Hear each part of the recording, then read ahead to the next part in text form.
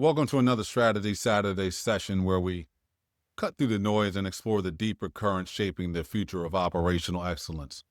Today, we're addressing a critical pivot in the world of AI and its impact on value creation, and that is AI becoming commoditized.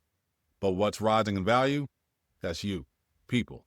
And I thought about this when I was on my way into the office today, and I was thinking about AI's expanding access and how, after a few conversations with others, they mentioned a similar point about the devaluation of the AI's outputs over time. And this isn't a prediction for the distant future. This is something we are already in. And like I said, we can see it. Perhaps you can see it. AI generated posts that feel hollow, or videos that sound robotic, emails that read like they were punched out of a template. This is a kind of AI fatigue setting in where people can feel when it's generated and not genuine. While the outputs are technically correct, right? They're sound. They're often creatively vacant, somewhat emotionally thin. They might be playing it strategically safe, as some AIs do. This is the beginning of what I call the AI commoditization curve, especially in the consumer space. As AI content becomes more abundant and easy to produce, it becomes less valued. And when that happens, of course, the rarest thing in the room becomes you, the human presence. This is akin to basic supply and demand, right? As something becomes more abundant and easy to produce, the supply goes up. Demand, if it stays stable, the value becomes relatively less. It's economics. But this shift sets the stage for what comes next. And that's human presence coming at a premium. The world's getting flooded with machine-made artifacts, with the generative AI-made artifacts. But what machines still can't do, not with nuance or care, of course, the proper context, is be human, right? It's something it can't do. It's not that.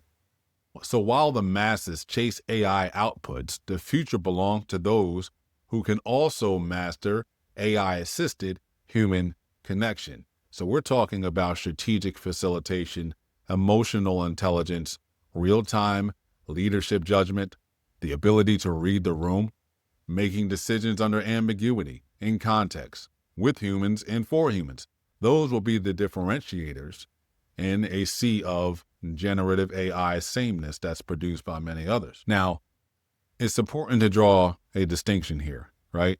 Because not all AI is the same. And we're going to draw a distinction between the everyday user and the enterprise reality, that is of major businesses.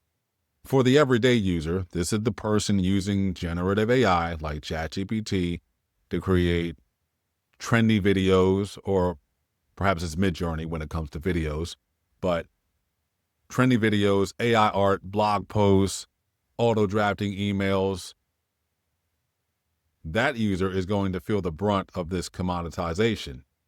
And the reason for that is because the use cases aren't tailored. They're shallow. They often don't require deep integration with purpose, context, or compliance. But in the enterprise, that's a different story. In the enterprise environments, AI doesn't become valuable out of the box as is. Usually not. It only becomes valuable through deep customization. And that customization, it could be expensive, time-consuming. It may require, and often does require, massive amounts of human labor, the man and machine loop I described in another video, the mechanical Turk effect behind the AI curtain. These AI models are being fine-tuned, right? And they're being fine-tuned because they have a business environment in which they have to fit the context of. So they need to have business-specific language and processes that are factored, regulatory and compliance constraints that are factored, internal workflows and approval chains that are factored, and high-stakes decision support across cost, schedule, and quality constraints.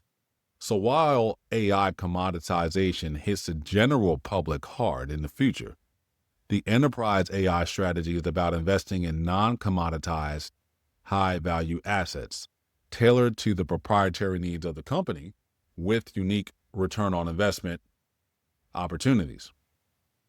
The takeaway: What's generalized is going to get cheaper, and what's specific is going to become relatively more valuable. And that's why operational excellence must evolve. It must not become a tool-chasing discipline. It must not seek to automate for the sake of efficiency alone, but to anchor itself in something timeless. And that's enabling human excellence. That means putting humans in the loop, not just in the workflow, but in the design, leveraging AI as an enabler, using technology to clear the clutter so people can do what only people can do. And operational excellence professionals must become translators between technology and humanity. It must become translators between what's possible and, most importantly, what's purposeful. So here's the takeaway. The outputs of AI are becoming more and more common to the average everyday user. Human presence over time may become more and more rare. So build your edge around that, right? Around how you show up, your judgment, your presence, your purpose. Leverage AI to augment yourself, without doubt. But understand that your presence as a person will become more and more rare and more valuable over time at a premium as these AI outputs become very mundane and of lesser value and commoditized. So as AI becomes more and more accessible, let yourself and people become more and more exceptional.